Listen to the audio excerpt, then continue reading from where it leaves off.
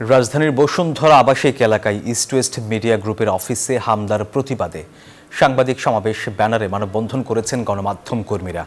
দুপুরে মানববন্ধন থেকে হামলার তীব্র নিন্দা জানানো হয়। এ সময় বক্তব্য রাখেন কালের কণ্ঠের প্রধান সম্পাদক ইমদাদুল হক মিলন, কালের কণ্ঠের উপসম্পাদক হায়দার আলী ও নিউজ 24-এর নির্বাহী সম্পাদক রাহুল রাহা সহ অন্য কর্মীরা।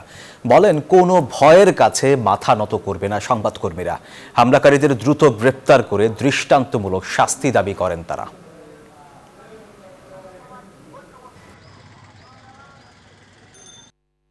আমরা জানাতে চাই, আমরা সাংবাদিক, আমরা অস্ত্র নিব না, আমরা সন্ত্রাসী কায়দা করব না, আমরা কলম আমাদের হাতে আছে, সত্যটা লিখতে চাই। আমাদের কলম সচল থাকবে, আমাদের ক্যামেরা সচল থাকবে, আমাদের কর্মী ভাইয়েরা সচল থাকবে। কোনো ভয়ের কাছে আমরা মাথা নত করব না, আমরা কোনো ভয়ভীতি মানব না, আমরা আমাদের কাজটি সঠিকভাবে পালন করব।